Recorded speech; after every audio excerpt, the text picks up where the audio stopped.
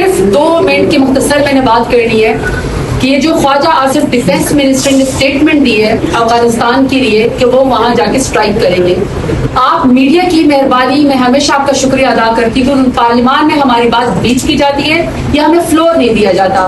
آپ ہماری بات کروڑوں لوگوں تک پہنچاتے ہیں. یہ بڑی سینسیٹیو بات ہے. یہ سوچنے سمجھنے کی ضرورت ہے کہ کیا ایک ہی اسٹیٹمنٹ کے ساتھ ڈیفینس منسٹر نے پی ڈی ایم کا ایجنڈا ہے، کیا انہوں نے انڈیا کو دوست قرار دے دیا ہے اور کیا انہوں نے افغانستان کو دشمن قرار دے دیا؟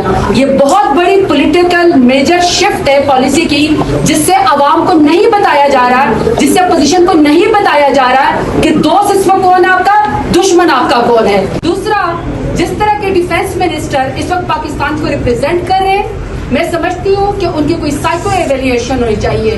ان کی ذہنی توازن سے، ان کی سوچ سے، ان کی زبان سے، جس طریقے سے پاکستان کی سب سے بڑی پولیٹیکل پارٹی اور پاکستان کے عوام کے اوپر قدغن لگائی جاتی ہے کہ یہ دہشت گرد ہے، میرا خیال ہے کہ ان کی کوئی ایویلیویشن ہونی چاہیے. میرا خیال ہے کہ یہ اس وقت سیاست کرنے کے قابل نہیں ہے، یہ ایوان میں آنے کے قابل نہیں ہے.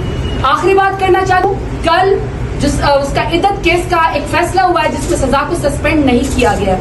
میرا پہلے اسٹیٹمنٹ پاکستان کی تمام خواتین کی طرف سے، صرف اس لیے نہیں کہ میں اس وقت پی ٹی آئی کو یا ایس آئی سی کو یا پھر چونکہ میں پاکستان تحریک انصاف یا عمران خان کے ساتھ ساتھی ہوں، میں اس لیے بشرا بی بی کے ساتھ ہوں، نہیں، میں اس خاتون، کیونکہ میں اپنے حلقے میں جاتی ہوں، میں خواتین میں جاتی ہوں اور میرا اپنا vote bank prime minister Imran Khan کی وجہ سے خواتین کا ہے. میرا ووٹ بینک اور سپورٹ خواتین کی ہے. ہر خاتون چاہے وہ گھر میں بیٹھی ہوئی ہو، چاہے وہ کسی بھی پولیٹیکل پارٹی سے ہو، چاہے وہ خاتون جو ہے وہ کوئی جاب کرتی ہو، سب نے مجھے یہ پیغام دیا ہے کہ آپ نے بشرا بی بی کو کہنا ہے کہ ہم ان کے ساتھ کھڑے ہیں، ہم ان کا ساتھ دیں گے. تمام خواتین کی، پاکستان کی خواتین کی یہ تذلیل ہوئی ہے کہ آپ کسی خاتون، باپردہ خاتون کو آپ نکاح کی سزا دے دیں.